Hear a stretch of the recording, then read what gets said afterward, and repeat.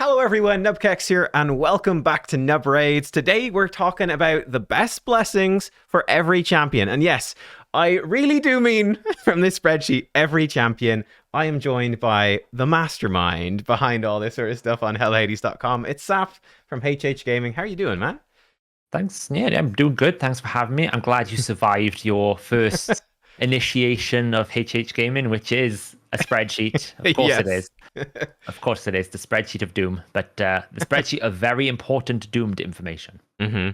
Yeah, exactly. So basically what I did, went through with Saph's help as well, and some help from YST too, like all the different champions in the game, all the blessings for dungeons, 1 to 4 star. We can see, and this is probably the better way to show it actually on the site. It's live now. Dungeons and bosses, and we can see, okay, for this is White King Narcissus, for 1 to 4 star Awaken, Heaven Cast, 5 to 6, Crushing Rend. We can swap to Arena, Heaven Cast or Polymorph. Or if we go to, let's say, Martyr, great example, we scroll down.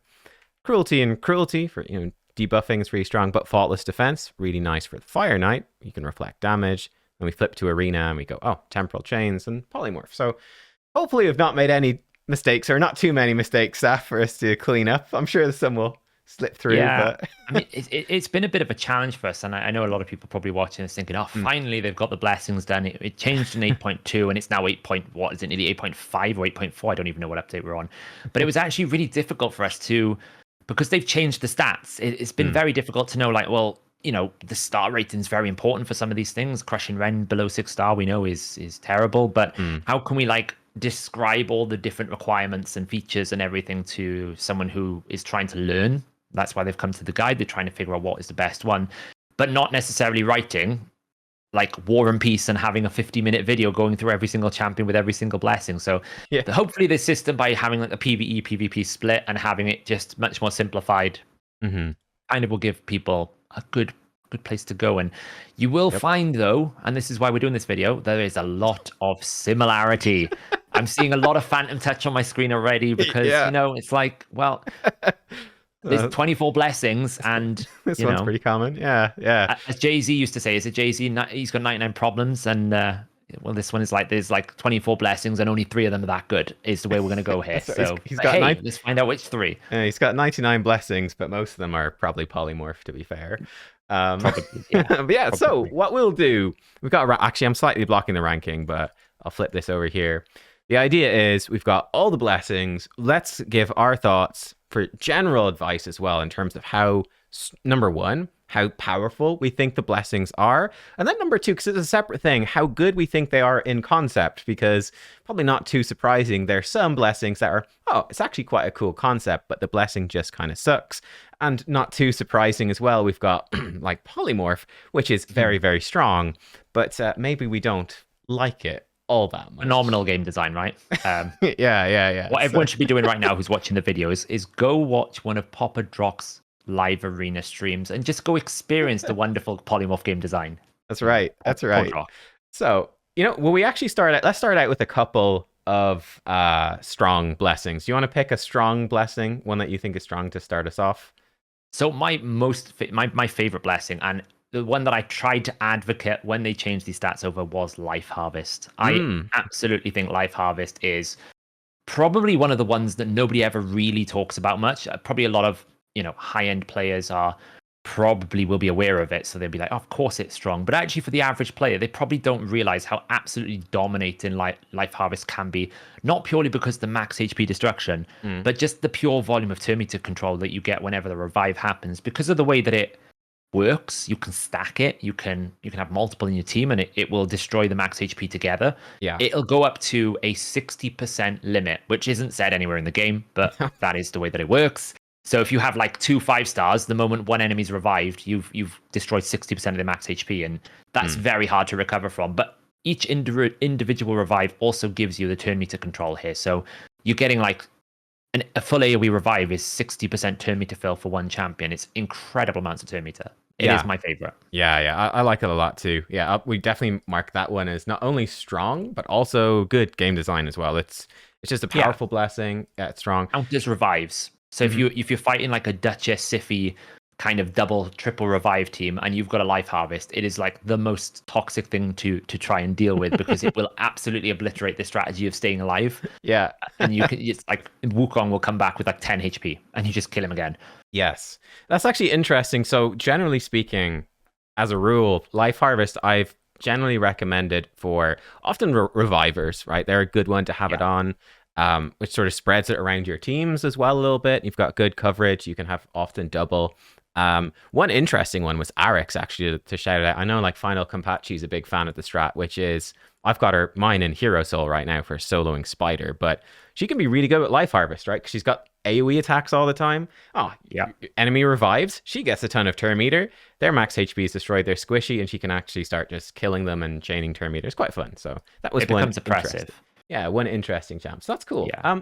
Let me pick. I absolutely think it should be for people as well, like revivers, but actually champions that you want to get a turn. People like Armans could go there if you wanted to. If you didn't want to go something like Temporal Chains or something else, like that's a pretty good alternative because we all know that if he gets a turn, you've won, right? So you can go Polymorph, you can go to other things, but it's one of those things where it doesn't just have to be revivers. It can be ideally probably not damage dealers that much, but anyone you want to rotate or has a lot of ability. Like I use it a lot on Vlad because he's got that turn meter, stealing on the A2. He's got his passive turn meter. So when you start putting Life Harvest with his skill effects, it's so much turn meter, and it's really good for people you want to take a turn a lot. True. I still need to switch my Armans. I'm saving my gems for now. I know, it's stupidly expensive, isn't it? And for some reason, it costs you an extra 100 when you want to switch Divinity that does nothing at all. Also, I forgot to mention, but we've got the missing fifth Divinity. It's behind me here on the screen. You know, this one. It will come eventually. Maybe. I don't know. Maybe it will never come. It's basically, will we have an update to the token trader before we have new blessings? It's a death match. Very true. Okay, let me pick one then that I think is both strong, and actually I'll pick one that I think is strong and good.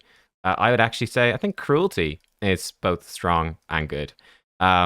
Very strong for Hydra in particular, which I like a lot, but you know, the more you attack, you stack up decreased defense. It's actually stronger against champions, which makes it, you know, somewhat decent in arena. Not top tier, but you know, okay. But yeah, just stacking up against bosses, you can actually run multiple champions. Funny enough, a lot of the top-end Hydra teams do run, like, I think some of the record teams I saw were like, you know, the damage dealers, 2 of them, and maybe Crushing Rend, and then everybody else is just in Cruelty, just to stack it up as quickly as possible for the decreased defense. I just think it's an effective blessing. It works really well with the debuffer role. It just slots in naturally. And yeah, you can kind of be, I like this champion attacks a lot. Okay, great. They've lots of AoEs that stacks up quickly. They've got multi-hits that stacks up quickly. Like, there's gameplay to it too. So yeah, I think it's well designed and also powerful. What do you think about Cruelty? Agreed on that one? Pretty much. And I think it's one of those things that if you're in doubt, Cruelty will never not do you a service. Like if you have a champion, it's like we were talking about with Airstrid a little bit, where it's like, well, it doesn't really attack much, but you always end up going, well, it's a debuffer, Cruelty will always work. Some of the little technical things to know, Warmaster can proc Cruelty. So if you have a Cruelty champion, you really want to pick like Warmaster, Giant Slayer, each individual hit can stack it. I used it in when I was trying to one-shot Amius, for example. I used it and I making sure that Roxanne could like go first with a 6-star, because I have a 6-star Roxanne for some godly reason, just to stack the Cruelty so that it helps that one-shot capability. The important thing to know about champions, which probably nobody's really clocking on, Cintranos, specifically Soulcross Hard, does have high defense champions.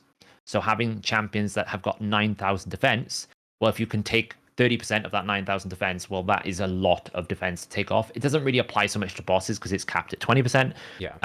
And arena is a little bit different because we're bringing so much ignore defense. But certainly for those Cintranos really heavy restrictions, when you're having to use, like, I don't know, attack to kill the enemies, you're just like, you know, every little Cruelty helps. Yeah, for sure. Okay, I'll actually, seeing as we've mentioned Crushing Rend, let's actually jump over to that in terms of power and design, just to get that one locked in as the other sort of ignore defense one as well to talk about. What do you think about Crushing Rend? I think Crushing Rend is it's probably the most powerful blessing in the game. I don't think anyone would disagree with me. But actually, the 6-star is the most powerful in the game. The Mhm. 1 to 5 star is the most useless blessing in the game. Like it's absolutely crazy to me how much it probably the jump from 5 to 6 star is the most biggest power creep in the game in terms of like what you can do to your hero, Mhm. because of the fact that you get more than double the ignore defense. You go from like 1 every 25 levels to 1 every 10 levels. That's more than double, on top of the fact that every single hit applies. And it gives you the ability to enter the realms of true damage. I know you've got a graph that kind of I shows do. Yes. this in true value. And really what people need to understand about Crushing Rend, why it's so dominant, is now that we have 20% area bonuses, you Mhm. can literally go Merciless plus Cruel, which is 40%. Get your area bonus for another 20% to 60%. Then if you put it into something like Nightmare Hydra, that's 310 level, so that's 31%. Well, 40 plus 20 plus 31% is quick math. 40 plus 20 is 60, 31%, 91%. Yep. Did I do it right? 91%. This is really embarrassing. So at 91%, we are pretty much nearing true damage, which means anyone who's got like Helm Smasher or even like 10% ignore defense in their set Mhm. is now dealing true damage. And that is a massive difference of damage curve. And it's all because of Crushing Rend. So yeah, I mean, whether it's good design is a different question. In terms of the concept of it, it's great, but the distribution of power amongst the ranks is the most Yeah. craziest thing. I think it's mid at best because of that in terms of design. Exactly what you said. It's so focused on the 6 star. And also something I don't like is that it's actually so powerful at 6 star for any dungeon content where bosses are really like enemies are just really high level. It just sort of eclipses everything else for damage dealer. Like every Yeah. other damage blessing becomes useless versus the Yeah. 6 star crushing rend. It's that powerful. If you actually hit, if you do damage, obviously Yeah. Brimstone for a debuffer is Yeah, probably going yeah, to yeah. outpace it. But yeah, Mm, absolutely. Like Seer, we know we use it all the time. Like people like Taras, Harima mhm. in Arena, like 6 star Trunder. It's Yeah, like if you it's can get the insane. Trunder with the A2 Mm, with all of the ignore defense and you hit Helm Smasher, that A2 does true damage, which means your second hit is doing 60% of a true damage hit, which can do obnoxious amounts of damage. That's really where people's Trunder teams go to another level. yeah, It's not really so much the Yumiko's as much as it is the 6 star Crushing Rend. That is yeah, like it's the big deal. insane. Like I've seen a 6 Yeah. star Crushing Rend, Little Miss Annie, 3-second kill Shogun. Yeah, Literally just one shot Shogun Grove, yeah. level 25, I mean, because of again, this to, Crushing to Rend. put it in context, guys, for this is again, it was one of my users on the Discord. One of my community members made this, so shout out to him. But like for Nightmare Hydra, you're starting like 80% mitigation. Like with everything else and Helm Smasher, you're at like roughly 40-ish. Crushing Rend brings that down to near zero. Like you're Yeah. doing almost double damage with 6 star Crushing Rend versus without it. Like it's just insane. I would It's a say little bit different because yeah, a little there's now the different. Merciless Cruel set. Oh So you can yeah, get like you could you have can even go from more. Yeah. 30% to 40%. So you can get a Mm, little bit more, but it's mm, the graphic is still correct. Like without mm. Crushing Rend, you can't hit true damage. With Yeah. it, you can. And just even like the last 10% mitigation, because of the way the damage reduction curve goes, Hmm. that last 10% is as important. Like you would think, oh well, it's only 10% less. Not no. Hitting true damage is almost like a 20 to 30% power curve more. It's Yeah. really big. You know what I would change about this? So I would actually rework this quite a lot. I would probably have it just give you flat ignore defense, so it's not dependent on enemy levels. It's just whatever, I don't know, Yeah. 5%, 10%, 15 or something, 25 maybe at max. And I'd probably also really nerf the 6 star down, so maybe only like the first 3 hits, which makes it way more niche. It's more like, okay, I'm just blowing up wave based content, much more Curse City focus or something like that, Doom Tower focused. Okay, I can go in with flat ignore defense. I can bring it into arena, and my first like 3 nukes will hit hard. Maybe just my first 2, unless I've got a reset, just an A1. But after that fall, so I think that would be a more interesting niche personally, being like, okay, this blessing gives the most upfront damage, like burst damage, but then it's after that it falls off. So I don't know. Yeah. That's what I would do, And which is also, massive change, but yeah. if you make that change, then it's Mm. better for Arena, because right now Yes. Crushing Rend is not great for Arena, because Mhm. although you have the first hit, you would think is quite good. Like 60 divided by 25 is what, 2.5%? It's really nothing. Whereas like even at 6 star, you get a 6% damage like ignore defense. It's Mhm. nice. It's a cruel set, but if you had it like, as you said, like the first 3 hits had an extra 20% ignore defense, for example, then it makes it a little bit more linear, so that you feel like you get a power creep, not just like there's nothing, nothing, nothing. Oh my god, it's the most amazing thing in the world. Yeah. You know And it feels what? Like better. my Yaga the Insatiable, I just got a 6-star blessing. This guy's a monster for Cursed City now because of Crushing Rend. He suddenly is one of the best damage dealers in my account. It's crazy. Yeah, when you look at all the records in the Cursed City, like when there's like 2-man, you're like, how the hell did they 2-man it with like Zargala and Dithey? And he's like, oh, it's a 6-star Crushing Rend. So they basically just one-shot everything. Yes. And just so we're not spending 2 hours breaking down every blessing in detail, let me just bang out, shall I say, some of the weak ones, and then The trash ones. Yeah, the trash ones. So again, interrupt me, Saph, at any point if you want to disagree or whatever. But Indomitable Spirit, I think this one that can break you free from crowd control is pretty weak. Miracle Heal. What do you think about Miracle Heal? I think viewers like it more than they probably should. I think this one's pretty trash. Miracle Heal just needs 2 changes. It needs a base flat heal increase so that it just has like plus 20%, like Curing Set. And it also needs to do it based on the total heal, not the missing health. So the main problem with it is when you take it into Hydra, the Head of Decay destroys your max HP based on the total heal, whether you needed healing or not. Whereas this only will restore the percentage of the health that you actually restored. And so you're always in this like negative deficit, even at 6-star.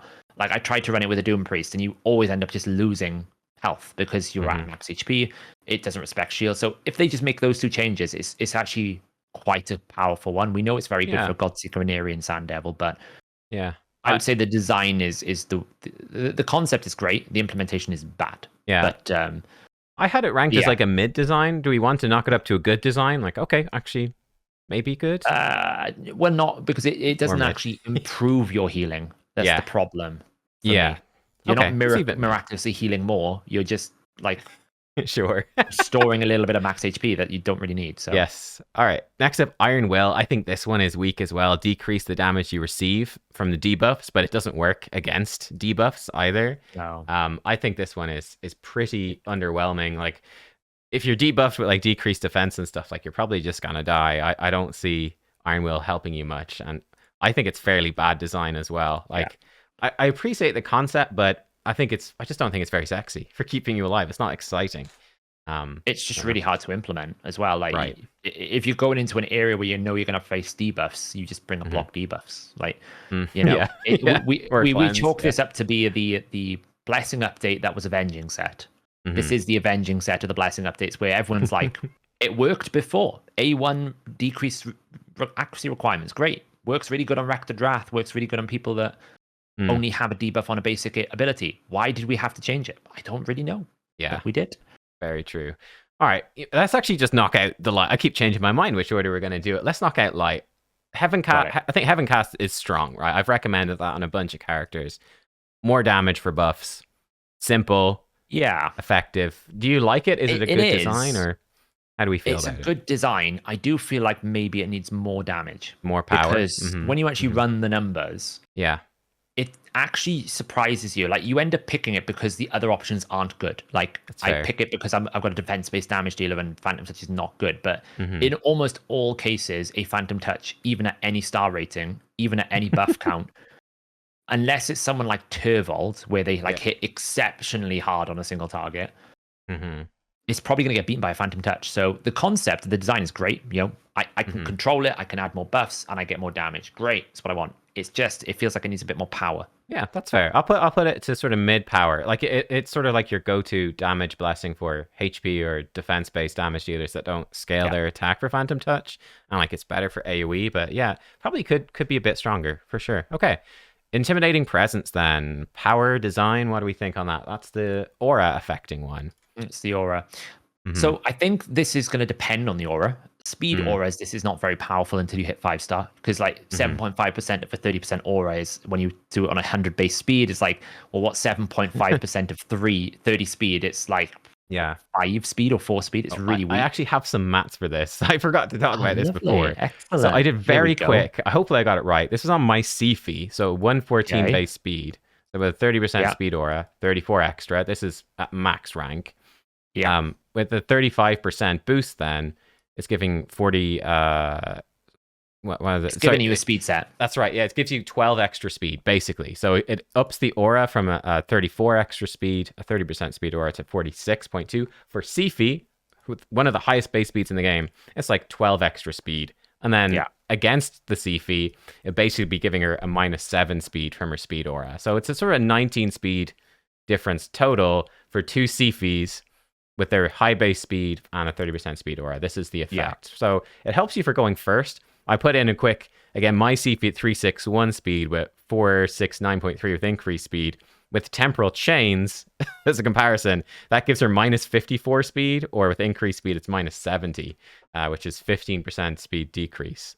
So just like she uses the triple buff, obviously. Yeah, with triple buff. What buff. you gotta remember is like That's temporal doesn't activate until you actually use the ability, right? So there's like it depends when you want to phase it. But that is also the highest. I think when you get to 6-star, it's quite good. But again, it's a bit like Crushing Rend. It's not just doubling between 5 to 6. It's more than doubling. So the curve is like, I've seen people use a 3-star blessing for 7.5%, and it's like that's not really that good. It's better when it's like a flat stat, like an accuracy. Like if you get like an 80 accuracy, then it's a little bit more valuable. And it's some particular stages like Fire Knight 25, because you weaken the aura, actually 20% of a defense aura, because they have like a 40% defense aura for some reason. That's actually quite strong, because that wave in particular has high defense. It's like a 13,000 defense. So I think that again, it's a bit like Crushing Rend. It is good at the high level. But until 5-star, I feel like you're just better off picking something that's gonna, like temporal chains, that even at like 3-star is going to do more for you, because it's going to give you more consistency. I'd say it's like mid overall in power. Like it has some niche uses, but mostly a high star. And it's more like I really, really want to go first in arena. I don't know. I feel it's pretty mid. It's not useless, but not as strong. It's still pretty good for like Arbiter, Yeah. Lysandra, your Morriganes, probably Shujen, Eastrid, these people that have an arena aura that's pretty high. It's like 30%, and you want to go first with them. Like Shujen, you're still going to probably pick those, even though that may be 3-star. It's just unfortunate the power curve is not linear. It's very much like we're here and then we're here. Ooh. Yeah. I think in terms of design, I actually quite like it. Just make your aura stronger, make their aura weaker. That's pretty solid. You can't stack them up, so it leaves flexibility. So we happy to put it as good design. I agree. Okay, cool. It just again, it's numbers. It's just the numbers just don't fit quite where we want them. And then finally, Lightning Cage, which quite an interesting one. As the enemy gets buffs or even turn meter fills, you get lightning orbs. The lightning orbs give you a chance to protect buffs, which also scales up in power as well. You can do bonus damage equal to max HP, I believe, with the lightning orbs as well. Yeah. I think it's like 1.5 or 2.5%. I think it is. So it's pretty... 2% champion HP, 1% boss, and then that scales up to 5% champ and 2%. So if you get 3, because it only activates on 3, it's 7.5% max HP hit. Yeah, it's not bad. Not bad. Yeah. So in terms of power though, and in terms of design, I like the design on this, and I actually think protecting your buffs with this is more fun than Polymorph, right? It's just I protected my buffs. Yeah. Okay, I like that. Whereas Polymorph, it's more consistent than protection as well, right? Because protection, you have to place the buff, and then if you don't get it on that first roll, well, protection set's gone. Where this one is like, well, every time you try to steal it, I roll it again. So if I was successful the first time, great. If I didn't quite make it, well, Candrafon specifically with Lightning Cage is an absolute menace to try and deal with, because he just becomes very protected. Yeah, true. So I think it's I'd say it's probably similar to Intimidating Presence. I'd say it's probably mid power. Like it has its uses. I think it could be buffed a bit. And then I'd say it's probably pretty good design. I don't know. How do you feel about that? Like, or do you think it's stronger than that? Or I would definitely say the thing about Lightning Cage is it's one of the few blessings that just works, right? At level 1, it works. It protects you 50%. You don't have to like upgrade it. You don't have to power up. It just works, which is really nice. It's very good for things like mischief tank forcing, and it has a lot of utility. So power in the sense of does it actually have a massive impact, I would say is mid. But power in terms of like the fact that it's a good blessing to go to as a good option. It used to be the blessing that I always used to recommend for people before the 8.2 update for attack-based low blessings in Arena, because there wasn't many very good options. Soul Reap at low number was pretty low percentage, and it was just like, it works. It helps protect when you increase attack buffs. Great. Yeah, fair. Okay. That's it. Let's leave it at mid for now. Just be I like, think Clarion, mid. buff this thing. Give it a bit of a buff because it's actually pretty cool blessing. Yeah. All right, let's go to War next. War and Peace. War blessings. We've got wrong one. Hero Soul. So more damage the more enemies are alive against bosses, only bosses. And then Faultless Defense, which is you reflect damage back, very small amount, mind you, when an ally is attacked by an increased defense or with an increased defense buff that you placed, gets attacked. So, what do we think about the two rare ones? Like, my initial thought is that they're both fairly weak in terms of they're just so niche.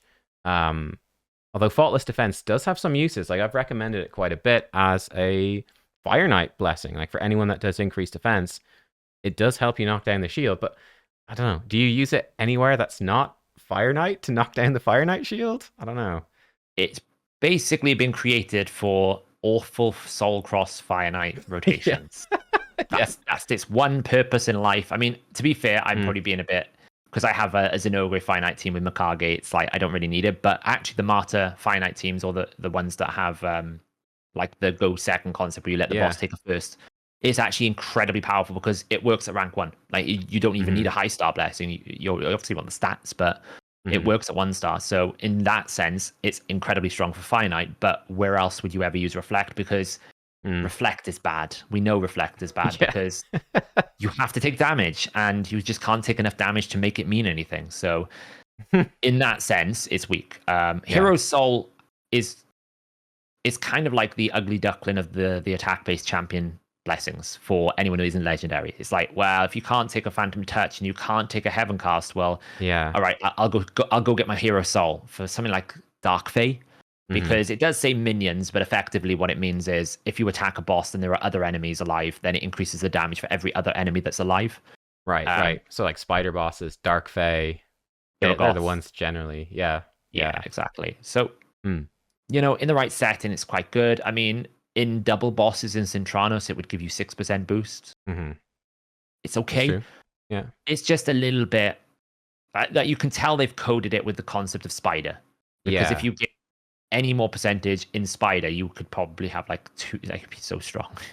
Imagine giving it 100% crit damage. So much damage. But it invariably then makes it super weak for everywhere else. It's almost like they needed to have like an asterisk like they do with the arena blessings, where it's like in spider it's only like 1%, but everywhere else it's like 5% or something. I'd agree. I put it as mid design because of that. I like the concept, but I do feel it's a bit too niche. It'd be nice if it did something somewhere else. Or honestly, something I like to see as well. Like if we're getting gear swap loadouts and stuff potentially coming to the game, it would be really cool if they just let you change blessings for free always. And if you could save blessings, I know they won't, but if they did, imagine, and you could have your like blessing, so you could, and even you go into your Fire Knight, your spider run, and it switches me to Hero Soul, and then I go into Arena and it switches me to Polymorph. I don't know, something like that. I'll leave it. Absolutely. I mean, if I have to pay gems every single time, that's the main problem with blessings. Like you can never really experiment because it costs so much, and you basically, we were thankful that they gave us the free blessing reset at 8.2. Yeah. But even to experiment with these new blessings, once you change it, if it's terrible, it doesn't work. Well, now you've got a 200 gem cost. That's if you're in the same divinity. If you change the divinity that does nothing, it's like, oh, we're just going to charge you an extra 100 gems because you now want to become a light blessing. What? Yeah. Why? The lore. So dumb. The lore. I think Faultless Defense, I actually think it's kind of good. It's like, okay, if reflect damage actually did damage, it's quite a decent idea. I think it's more the power is bad. I think the idea is kind of fun. I buff up and makes my team reflect damage back. It's a neat concept. I mean, reflect has some value in arena against AoE champions. It does. Because you can make that AoE champion die and probably keep your team alive because you can create enough damage. So there is some utility. I think also it solves a major problem, which was how do you beat the Fire Knight hard shield if you don't have many freeze champions? Like it gives another viable route to that. So as that concept, it's a good design. Yeah. Okay. Now I think these epics are two of the weaker ones: Commanding Presence and Chainbreaker. Commanding Presence, it's just boosts the aura. It doesn't have any of the decrease enemy. So again, I think it's similar to Intimidating Presence. Probably, it's fun design, not super strong, but it's okay. Could probably be stronger. Chainbreaker, then, this is your chance to remove crowd control debuffs, and then again chances to fill turn meter as well. I'm not a fan. What do you think of Chainbreaker? I think it's It's poor. like you're kicking me when I'm down. It's like I got a 25% chance to remove it, but if I actually manage to get 1 in 4, I still have like a 40% chance that I'll get turn meter. I was like, what? Why can't you just make it 100% chance to get turn meter if I Yeah. actually get like the opportunity cost of me? I could do the math quickly. Is like 0.25 times 0.4. Like the chance of me getting both to roll Mm. is so low at 6-star. I would just I don't Weak. know. Yeah, it's bad. It's bad. And it buffed it twice, and it's still. I know. Yeah, I kind of given up hope. I'll give it a mid for design. I think conceptually, I think it's a bit more broad than Indomitable Spirit, so it has a place of like, okay, help me against crowd control debuffs. That's okay as a design, but it's really undertuned. I think if it was buffed a lot, it could be better. Be like, okay, this is the anti crowd control blessing. That's got a What it should do somewhat is of what a purpose. Ancora's passive does, where That would be good. Yeah, yeah, yeah. I have a 50% chance kind of thing, or like a little bit better than 25% chance to remove the crowd control. If I don't, I get turn meter 100%. Yeah, that would be cool. Yeah, chance to break That's free better. and then fills you turn meter if you miss your turn. That'd be so much better. Yeah, Yeah, it doesn't have 100%. to be to the strength of White Queen Ancora. You can like make a budget Yeah. version of that. That would be so much better because at least you get something. But the fact that I actually get lucky and I roll the cleanse, and then I still have to get lucky to roll the turn meter, it's almost like it's very, very. Yeah. It's not a legendary blessing here, guys. Like it's an epic blessing. Give me a break. Yeah, yeah, true. And you only get that turn meter boost at High Awakening as well. That's what's crazy about it. Is it's like you only get it at 5 or 6-star, and you still only get it at 40%. Yeah, Like, yeah, how true. cruel do you want it to be? Honestly, in terms of design, I actually don't think that the rare blessings should be weak. I think that all the blessings should probably be fairly equally as strong, but it's just from the higher rarities, you've got more. I want these rare ones to be more viable. Like, why not? Why not? Yeah. Yeah, I don't know. It's Because tricky. the thing is, when you go rare, Yeah. you actually only have the option of 8 blessings. Yeah. So Yeah. your choices are less. So therefore, the choices should be more meaningful. Yeah. Otherwise, when you expand the options out, then you have more options. Then you can be a little bit more niche about it. But yeah. All right. Rares really have the butt end of the stick, as they say, or whatever the phrase is. They do. All right. Soul Reap then. This is an interesting one. So the execute one, when you drop low on your HP threshold, executes them, can also put out fears. I think that this one is a fun concept. It's cool. And it's got a cool animation. This is the one everyone was hyped about when they first revealed blessings. I feel like it's pretty weak though. It's been pretty underwhelming. Not done as well as it should. I like the concept, but I think it's weak. How do you feel about that design and the power of it? Soul Reap is my most hated blessing. Okay. Wow. Okay. It has this game fantasy of execution, right? And you're like, oh, cool. If they get 20%, effectively, it reduces everyone's HP bar by 20% to 80%. Yeah. Effectively, that's what it's meant to do. Mm-hmm.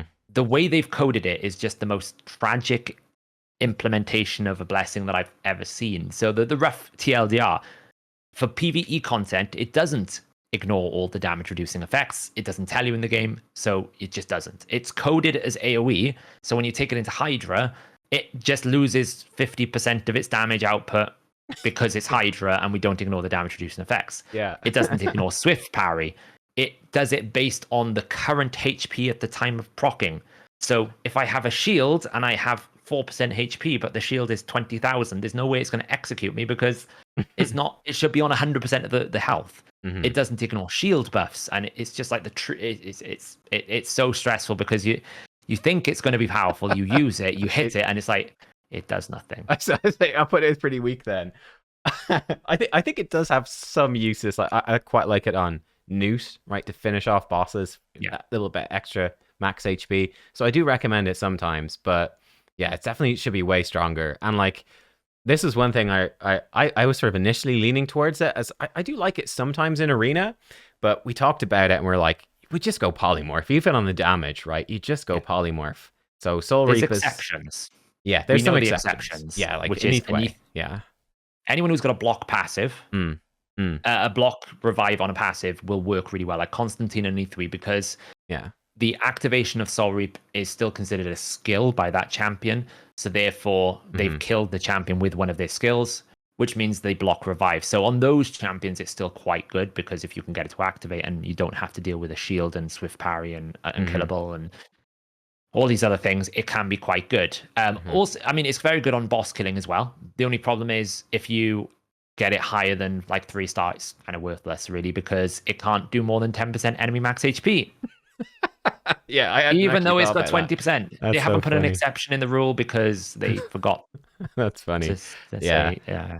I will say, no, this is the wrong one. Sorry. I like the concept. I'd say in terms of the concept of kill something at 20% HP is actually theoretically really Brilliant. cool. It's just I love the it. power's dreadful. So I'll say it's good. It's a good, not design because of the implementation. It's a good concept. It's terrible in terms of how it actually works in game. So I think it has potential. It doesn't need to be reworked. It just needs to be recoded and buffed, basically.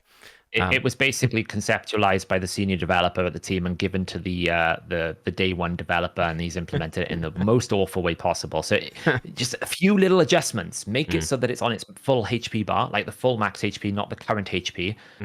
Make it actually ignore boss effects, and then Soul Reap is phenomenal. It's great. It's really good. But those two things just mean that you never truly realize the concept, which is I get you below 20% HP and you die. Yeah. You don't ever get that, which is really frustrating.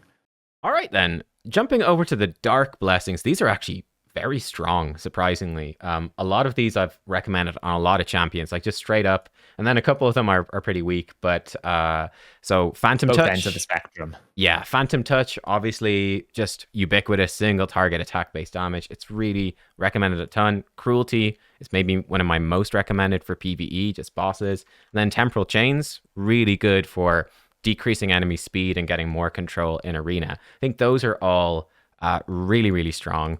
I presume that you would agree on those. And yeah. The biggest strength for them is they just work. They just like work. There's no messing around with levels. Like you get something at every level. It's got a nice curve to it. Even like Phantom Touch, if you have a triple hitter, like if you have, for example, someone like Xenogre, rank 5 Phantom Touch, it's pretty much 100% because it's per hit. Yeah. So the math works out. There's like a 99.62% chance that you're going to get Phantom Touch with a 4-hitter. So absolutely, like they work on every level. They just it's just nice and easy to use. Yeah. So I've recommend Temporal Chains is like the placeholder, just always good. Decreased speed for arena for a lot of champs. Cruelty for PvE if they do AoE attacks, usually multi-hits. And as you said, Dark Resolve, that's a fun one. I think it's a cool idea. You do damage for each dead ally. I think it's probably just underpowered. Like this could be really strong and be kind of be like, oh shit, there's a Dark Resolve guy in the enemy team. I got to be careful. But as it is, it's kind of like, whatever. He's got 5% more damage. That's fine. He doesn't have polymorph. I'm fine. Honestly, I'd want to see it to be like 25% per ally. It could easily be, yeah. So I'll say Dark Resolve in arena is like weak. 3 dead allies. It's like 75%. It's not going to be the end of the world. And if it is, then it's really strong. It creates some fun game mechanics. Curious thing about Temporal Chains. Did you know that it actually decreases the clan boss's speed? I did not know. I've also seen it pop up against Hydra. Does it work there, or is that just popping up? Well, I have no idea what happens in Hydra. When a head gets decapitated, all of a sudden Temporal Chains starts popping up. I'm like, but they don't have a buff. They're dead. What's going on? Nobody really knows. But it does work on Hydra as well. If they have a buff, it will actually manipulate the boss's speed. The only other effect that affects clan boss in the same way is Ruel the Huntsman's passive. Oh, interesting. It does exactly the same effect where he's physically decreasing the speed, the stat of the speed. Yeah. That's really so. You can actually manipulate the boss's base speed, not just a debuff. It's their actual base speed because he has an effect when you've hexed them. It decreases the enemy's speed by 5%. 5%. Very negligible, but I imagine that probably works on Hydra as well. I know Final Compachi's been mentioned twice. I know he runs Rule on Hydra. Actually, the biggest thing about Ruel is his passive because it gets like less healing, less resistance, more damage you deal to it. So it's like having like a little extra weaken on top. Yeah. Okay. I think Phantom Touch, we can jump in. I just to touch on these, I think Phantom Touch is good design. I don't think we object there. Single target, extra damage, it's fun. Dark Resolve. The only thing about Phantom Touch, I want to add, is the bad design of it is the fact that it's only tied to attack. It should be dynamic. It should be whichever one you've got the highest stat or based on the champion's role. So if like the HP, they get HP. If they're attack, they get There are some support champions that scale differently, but It should be more dynamic. That's the only failure of Phantom Touch, that it is almost like an exclusive attack blessing, which when you're a rare champion, there's a what do you pick as a rare HP champion? Dude, oh my god. Picking blessings for some of the rares, I was like, there's nothing good. Even a lot of the epics, you're like, there's nothing like we were mentioning this, like a supportive epic that's more about just buffing the team. There's nothing really good. And there, Like you're just basically like taking things that you might have, like you might get a debuff so you take survival instinct, you might get a shield so you have emergency heal, you might I don't know, it's, get a heal somewhere, yeah, it feels some of it's a bit underwhelming. I played Dark Resolve. I kind of like the design idea. Like, I think if this was stronger, I think it's actually kind of fun. It's super niche, but it's quite fun. So I said, you know what? I think it's a fairly appropriate rare blessing. Of like, it's a niche, but potentially powerful. Lethal Dose, this is a divisive one. Obviously, probably the biggest problem is arena only. That's a huge issue. I think it's reasonably powerful. I did a fun showcase with Supreme Kale, was really interesting. Again, where am I going? It's over here, the last one I look at. He was a really good one for it because you could actually build, he doesn't need accuracy, so you can build his resistance high. So we resist Polymorph unless it's 6-star. And do a lot more. They buffed it. I think it's actually pretty good once they buffed it. It does a lot of damage now, but only arena. I don't know. What do you feel about this one? I feel like I like it more than most people do, so get some balance in here. Yeah. If there was no Stone Skin, technically speaking, if you have 2 Calvalaxes at 5-star, you can literally one-shot the enemy team and they can't do anything about it. Yeah. Because you basically drop 4 poisons twice, which is 8 poisons. Each of them do 5%, and then you double them up because it's 200% bonus. So you will actually one-shot every single opponent if there was no Stone Skin with a double Calvalax 5-star. So it is really strong, but trying to make it work is the hard thing. I tried to do it with Akimtum because it actually works with Akimtum's passive. So every time his passive activates, it essentially does 200% more damage to all enemies. Yeah. When his passive activates, because it's 100% value of the poison. So effectively, you can almost get like the poison procs do AoE damage is very strong, but it's can you actually generate enough poisons to like make it work and sustain it? And that's the issue that I had with it. Conceptually now it's good. It's at the right number. It's just the meta of arena, which is polymorph centric, stone skin centric. How are you gonna poison out? Yeah, so it makes it a difficult one to rank. Like power is, I'd say probably even mid to strong. I'd say mid because of, you think strong? Okay. Yeah, because if you hit at 5-star specifically, if you hit 5-star, that's a lot of damage. Like it's 15% max HP per poison. Per poison, yeah. Poison, it's a lot. Yeah, if you can stack it up, it's just can you stack it up? Yeah, and then for design, for me, the design has to be hard capped at mid at most, just because it's arena only. Like, again, like we said for other blessings, even if you got to make the effect weaker, at least have it do something for PvE. I know it'll be like the de facto one for poisoners, but that's fine. Even if it's like even 50% damage from poisons, like it's still good. I don't know. I feel like they could do something. I think like 50% is still too strong for PvE. Probably, yeah. Like you could have 20%. I don't know. There is a reason why it's arena only. Like people ask for it. I'm like, if you realize the math here, so if you have clan boss and then you basically have, you know, all these different things. I know clan boss caps poisons in different ways, but you know what I mean? It's like you can kill bosses way too quickly. But that being said, bosses already reduce poison damage by like 90% secretly in some sort of secret passive that nobody knows about, but I do because I've seen it, and it's like I know. I think it's like they've these massive lists of passives in the game, but they're like, you know what? Let's have absolutely loads, but not everything. Keep them on their toes. Give them too much information, but not enough at the same time. Pages, Amius, and everyone's like, oh, it doesn't say that he's not immune to Term Meter, and it's like, no, he is. They've just not told you. Yeah, he is. And then Ward of the Fallen, which again I think is conceptually interesting. Definitely struggles from this. It's so focused towards the 6-star. I feel. Yeah. The idea is kind of cool. Okay, a blessing that makes me tankier when people are dying. That's actually useful in the game. That's neat. Decreasing the damage, but you only start with a couple of stacks, 1 even, and then 2. It's not until 6-star that you can start summoning in these skeletons that do damage from dead allies and they regenerate it. I think at 6-star it's quite fun, but it's so limited to 6-star. I think that's silly. And then it's niche in terms of power. Like this is recommended for like Rotus. It's really broken with his passive because it lets him just survive double hits that he otherwise couldn't, etc. I don't know. How do you feel about Word of the Fallen? I'm kind of mid on it in both senses. Yeah, at 6-star, it's the best solo blessing in the game. because if I could farm 300 gold essence to get it, I would absolutely get it for an Artak because it makes him invincible in Ice Golem. There's no way an Ice Golem kills it when he's got 30% bonus Yeah, damage that's reduction true. with a 6-star 25% blessing. Like you stack up the two, like you just won't. You could survive an AoE smack with both of the enemies up probably. Yeah. So it is Strong, strong, but it's like Crushing Rend where it's totally 6-star dependent. Yeah. like the ward stacks are nice when you start an arena fight. If you want to make sure you try and get a turn, it's like a little bit like a reaction effect where it helps absorb some of that incoming damage. But once you lose the stacks, you can't get them back, and that's mainly the bad design. That really you should have like even what I would do is like at 1-star you have like a 10% chance, 3-star you have like a 50% chance, or something like scale it up. So I only get 100% chance at 6-star, but I have a chance to regenerate them at lower. I think Because that's the main problem. Yeah, agreed. Yeah, I think that makes sense. That would be cool. Yeah, we'll put it in then, pencil it in as strong because of the. Yeah. I mean, if we to be fair, if we're ranking Crushing Rend as strong, because it is, but it has to. Yeah, we just people know from watching the video. I'm sure they watch if you it think in detail. about it, Nobody would skip to the end of the video, just see the rankings and not have any context. So it's all good. If you think about it, any champion that solos at 6-star would essentially have permanent 30% damage reduction. Like if I gave you that on a plate and said, would you want 30% permanent damage reduction, or would you want 200% more poisons, or anything like? Would you want something useless like Chainbreaker? You're gonna be like 30% damage reduction. It's great. It's really powerful, and it always is there, right? And it's pretty strong. Cool. All right.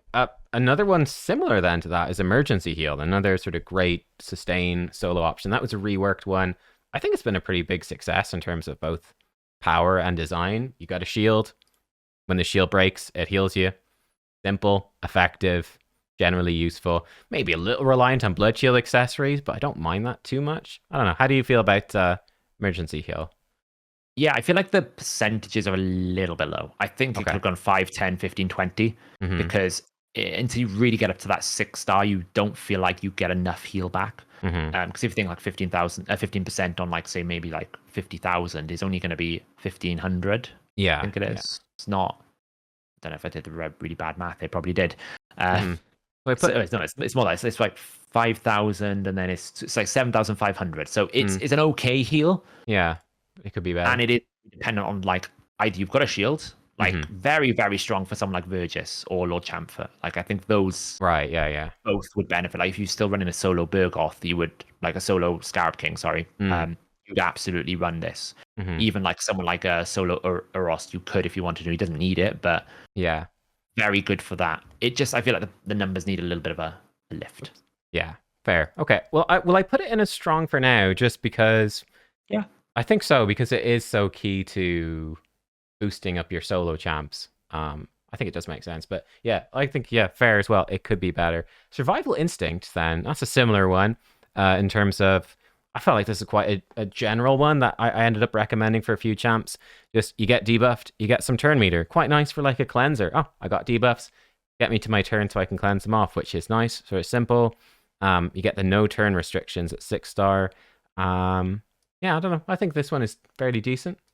Yeah, they buffed that as well. It used to be pretty low turn meter. What is really good for that is, again, it's a bit like Crushing Rend. This is some of the problems I have with Blessings is like the 6-star boost is so big. It's huge because like I have a 6-star Painkeeper. I'm using Gurptuk to effectively give a 30% turn meter boost every single time I use Gurptuk's poisons to Painkeeper. And if you have a couple of them, then that's a really good way to accelerate like a Trunda Hydroclash team because you're effectively converting his A3 not just into an AoE block buffs and an AoE like 22.5% damage boost plus 12% for the mastery, but 30% turn meter fill as well, which is a lot. But it's just like that 6-star again. I know the goal is always to get 6-star blessings, but a little bit it feels like you get punished so aggressively if you're not at 6-star. Should we mark it down then in terms of design, or no? I think it's good? I think the design is good because, as you said, it's easy to implement. I get debuffed. It's a bit better than Iron Will because effectively you need to be under the debuffs to get the bonus. Where here you can almost like get the bonus instantly, and the bonus is more friendly to the concept. Where Iron Will is like, well, I want to take my turn and then do damage kind of thing, or like kind of like I need to be under the debuffs to receive damage. This one's like, well, it gets me to my turn to cleanse, or like Yeah. it helps me get to take a turn. So it's a bit Mhm. better. Mhm. And the power I would say maybe is it's strong at 6-star, but a bit mid everywhere else. Put it as mid then. There's too much green over here. We're being too nice. Too nice. Too nice. Incinerate. Okay, here's one. Here's a spicy one. I think this is pretty interesting. Again, it's one of those arena only, so that's a mark for me down for just the design of it. But this is a pretty cool answer to Stone Skin. It's just very difficult to actually make it work. We were talking about this a bit before. I think it's a pretty cool option for specifically Sulfurion and Gizmo, as I call them, the terrible, putting out the burns early. But I don't know. How do we feel about this? Makes your burns do more damage. Stone Skin takes a lot of bonus damage from burns. That's just about the only use for it, though. Like, it's pretty weak outside from this blessing helps you destroy Stone Skin. I don't know. Yeah, that is kind of its role. It basically needs to be 200%. That's its number one failure. It's just only taking you to a 6% burn. I know you get 6% burn with the Stone Skin bonus as well, which is like 15% more. I can't remember exactly. I think I know basically if you burn it, if you burn someone, they lose Stone Skin. I know that. Yeah, it's pretty good. Quickly. Yeah, I think it's a bit like Lethal Dose, where it's like, can you actually get the burn out and make it work? Like, there's so few. Like we said, like probably Gizmac is the best option. Alaz maybe. Crazy. Yeah. There's not many burners that. No, there's a couple. I kind of slapped it as a recommendation on some champions as well, just because it's like all they do is AoE burn. Like what? Like epics more so. Be like, what? Why would you bring them to arena? That'd be the only real reason. But it's where like we were talking about. Maybe we just like say we do not recommend this champion really for arena though. But it would be what you'd run if you did. It's probably like a bit weak overall. It could do with a buff. This is one that might sort of see a bit of a power creep just if there is more Stone Skin and more good burners come into the game. I think there is more Stone Skin already, but yeah, I'd say it could do with the buff for sure. The League of Amans will drive more interest in Incinerate. That's true. You know, because Amans is literally Amans is everywhere, and one of the best answers to Amans is four people in Stone Skin. Yes. And when that becomes dominant, and you start getting more things like Gizmac coming in, some better. That maybe Mordecai, for example, is pretty good for arena. You're not going to put anything else for him other than Incinerate. And to be fair, H-Burn is a very adequate solution to Stone Skin. It is very good for the Ultimate Death Knight, so they can't really keep the Stone Skin on. Yeah. But like most people in comments right now are going to be saying, Polymorph. Polymorph, yeah, that does stop Can you get it out? This is why Wixwell could be very interesting. Because if you can get a Wixwell intercept buff onto your burner, then you got a chance. But it's like trying to bring two things to solve one problem is very difficult in a 4-man team. So, you know, true. Yeah. It'll be interesting. Yeah, so it's one to keep an eye on for sure. Let's leave it weak for now. Then finally, Polymorph and Brimstone. Well, I think these are both definitely, obviously Polymorph is strong. Brimstone is strong as well, especially for the single target bosses. I feel it's a bit overrated for Hydra. Like looking at top teams for Hydra, people often generally don't bring it. They just stack a bunch of Cruelty, so you decrease the defense of decapitated heads faster. But strong overall on Polymorph. I think both these strong in terms of power. Yeah, I think so. Brimstone basically is in Hydra. It's all about, can you guarantee that you get the Brimstone on the Suffering Head? That's basically your number one goal. And I think because most people like to auto Hydra, it's not manual, auto. I always get accused of being a terrible person for manual in Hydra. Oh, how dare you spend your time the way you want to? You monster. I know, right? There's always going to be that problem of, you know, your Brimstone champion's going to AoE everyone, and it's going to go on the decapitated head, or it's going to go on like the torment head, and pretty much because the bosses mostly don't have many active abilities, and including things like Ice Golem, for example. I don't really understand why they made Ice Golem minions like, oh, we can activate Brimstone. It's like, well, but they don't have an active ability. Yeah, true. So not. But it is incredibly powerful as like a debuff damage option, like as you shown for Amius now. Like some people, it's nuts. Like the solo Blizzard for Sand Devil is pretty much dependent on that Brimstone. Eventually, I'll get a 5-star ninja, and then it will make that even better because you can't remove it. Yes, I think the punishments they did to the Brimstone was very short-sighted when they nerfed it back in the day. It was kind of like, everyone is using Brimstone, and as we're pointing out here, it's because pretty much most of the blessings are trash. Was bad, yeah. Yeah, pretty much. Yeah. That's why. Yeah. It's again, it just works. It's one of the ones that just Yeah. works. I think it's actually probably in a fairly balanced spot right now. You don't run it Yeah. on everyone. It's really good against those single target bosses. You can guarantee it. I think it's okay. I think it's The only thing I think they should revert is the accuracy thing, because artifact yeah. sets don't require accuracy, so why should blessings? And Agreed. Yeah. it punishes champions like Dreng and Yeah. Rhonda. You essentially have to either have the high star blessing or you have to go build accuracy. Mm-hmm. And I know what they were saying in terms of like, we don't want tank champions being able Yeah. to do so much damage, but you just affect the output of damage then that way. Maybe I Yeah. don't know, but I think it's pretty good. I think it's a good design, but as you said, it does have some things that could be improved. But I think it's a kind of a fun one as well. Like it's noticeable when it happens. It feels impactful when it happens. So I think that's enjoyable as well. And it's okay. Like at lower ranks, it can be okay. It's the legendary Phantom Touch. Yeah, Which is like, if in doubt, you pick Brimstone at legendary level. And then Polymorph. So this is good design, right, Saph? This is good, isn't it? Surely. This gets the green box. We had such high hopes when we saw that they were going to make it limited to 1 per turn, and then it's like, oh, by the way, we're also giving everyone every stat, so it doesn't matter what blessing you pick. I'm like, oh. No. Yeah, it's around even more now. Yeah. I think we put it in as bad. I don't absolutely hate Polymorph. I think that if they lowered the power a good bit, maybe I'd even put the design at mid. The design is actually good. Okay. And do we want to put it as good design, or maybe people are like, "What crazy man you are!" And the reason why it's a good design is it's a punishment for a debuffer. The problem is the crime doesn't fit the punishment. Essentially, it's like if I tickle an enemy, like if I even try to place like some random debuff, just one, or steal a random debuff or anything like that, like I lose all my buffs, I lose half my health, I lose all my speed. I have to be in it for 2 turns. It's just like it's the crime doesn't fit the punishment. And I don't like the stacking capability. The way it should work is like Brimstone. You should only be able to have one polymorph per team. At 1 polymorph per team, 25% with a fearsome presence is a pretty balanced roll. Yeah. The issue is when you have 4 6-star polymorphs and you put fearsome presence, like then it's like a 60% chance. Like it becomes it's just too strong. So like make it locked 1 per team, so it only rolls once, and then remove some of the penalties of being in sheep. Maybe like you're only in sheep for 1 turn. I would love that. Yeah. I think don't necessarily mind losing the buffs, but 150 speed, like come on. Yeah. Like I find Armand's is obviously OP in lots of different ways, but let's say like Wukong. I find Wukong's polymorph, I actually don't mind that too much because it's the 1 turn. You keep your turn meter.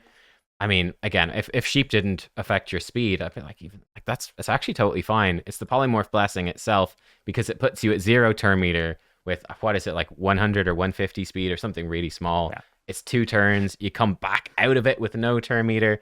I think there's lots of tuning knobs they could tweak. I'm not certain if I even still like the design. I like the concept that it's a blessing to help protect against buff strips and debuffs. I think that's cool. Just maybe frustrating with the randomness. The design is just bad because of the implementation. It's just a bad design. The thing is, you don't actually lose your turn meter when you go into polymorph because technically you're at 0. You're at 0. Yeah, that's true. This is your turn. And that's the problem. Where the other ones are activatable on skills, you keep your current turn meter. So the problem is because you get sheeped on your turn, you then have to get back to your turn with 150 speed, and that's just. Like we got champions running at 430, 440 speed. It's ridiculous. You're never going to get a turn. So if you actually could keep your speed, then it becomes like, well, there's value in making a debuffer fast. It's an actual counter to the mechanic, but you can't counter sheep, which means that the only option is to not bring debuffs, and it invalidates pretty much 50% of the champions in the game. And that's the main fundamental flaw. It becomes a awful experience because you're just waiting for your sheeps to end. So 1 sheep. They should make it like Brimstone, for example, where you can only have the debuff out once and it only activates on 1, and you keep your speed. Then it becomes like, well, certain champions, if I want to have that RNG in there, great. But it's not going to be so infuriating that you can never bring a debuffer. Okay, so what do we rank it again? In terms of the concept of it, is it a bad concept? Is it just a mid? Is it even a good concept that's broken by implementation? How do we actually rank it then? Like if we were a developer, would we be like, Developers, go rework this entirely, or are we like, let's just retune it? What do we think? Back to the drawing board, or hmm hmm I think because of the punishment that it's committed to the arena, and what I mean by that is the morale of players in arena right now. It's done such a, it's almost like yeah, it's hurt players so much. You have to go back and rework the concept at this point. The I'd be time okay to with that. adjust the numbers is too much. It's gone too far. So Yeah. I think there needs to be at least a window where it's just not in existence, so players can actually have a bit of fun again in arena.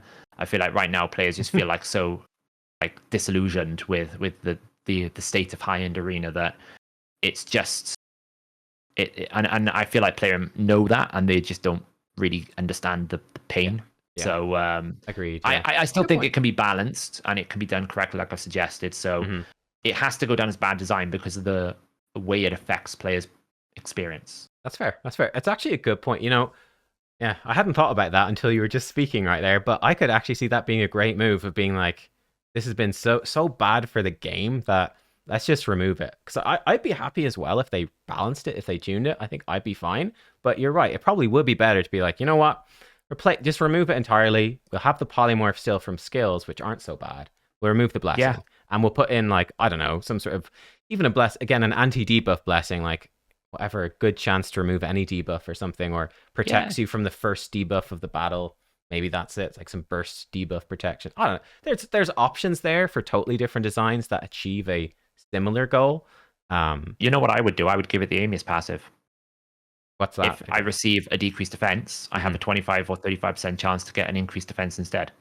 Ooh, yeah, that would be cool. That'd be interesting. So I can flip the buffs. So is it going to happen every single time? No. Am I going to want to do it all the time? No. But if I want to keep my reviver alive, then maybe polymorph's a good way because I'm polymorphing the debuff.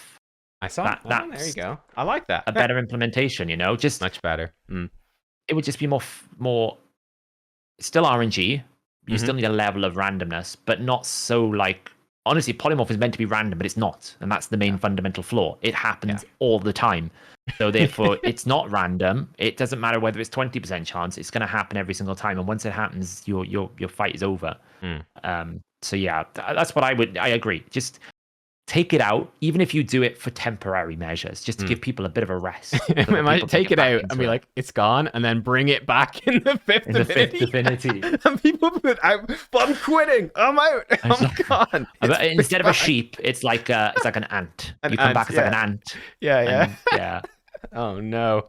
We've given them terrible ideas now, but that's good. I had a bit of fun there, flipping between the different rankings. I can just imagine, Big Papa Drock watching, just absolutely in torment, screaming like, "No, it's bad! It's bad!"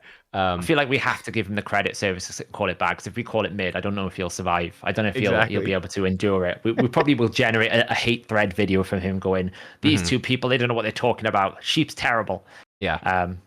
But there you go. I think it was interesting to break it down, because like one thing that strikes me from looking at it is that you actually have a few the designs are not all terrible. Like there's a few that need to be reworked completely, but design wise, a few of them are mid, but they're fairly okay. It's definitely more weakness in terms of the power, like the tuning of it. So there's some hope. It's the numbers. It's always the numbers with Player, and sometimes it's like the idea is great. Like Essence from the Iron Twins. It's great. Yeah. Problem is I get like 2. Yeah, exactly. And it takes me 100 to get something. So it's like, the concept is great, but it's just not going to be something that we ever can realize. And that's. But I mean, if you think about it, we've only got 3 bad designs. Yeah. And one of them we've said is really bad just because of the effect more than anything else. Yeah, it's true. Yeah, it's quite interesting because, I mean, it was something that really struck me when I was doing the spreadsheet initially, was especially with because I did legendaries first, and it's like temporal chains polymorph, because they're just so universal. And that made it feel real bad. Brimstone Cruelty, right? Brimstone Cruelty. Yeah, and then obviously every single damage dealer 6-star is Crushing Rend. Like it's just so dominant, straight damage, because it's just so powerful. So yeah, interesting. All right, well, Saph, thank you so much for joining me for this one and breaking it down. No worries. And again, guys, check out Saph on HH Gaming on YouTube, and make sure to check out the blessings for the champions. Ping Saph if there's any mistakes. Don't ping me. I'm innocent. Not really. Every single champion has been updated across every single page. So Great work. all of this That's, stuff. There's a lot. You've passed your first initiation test. Death Hooray, by blessing. hooray. Well done. Spreadsheet. God, now. All right, guys, thanks for watching. We'll see y'all next time. Goodbye.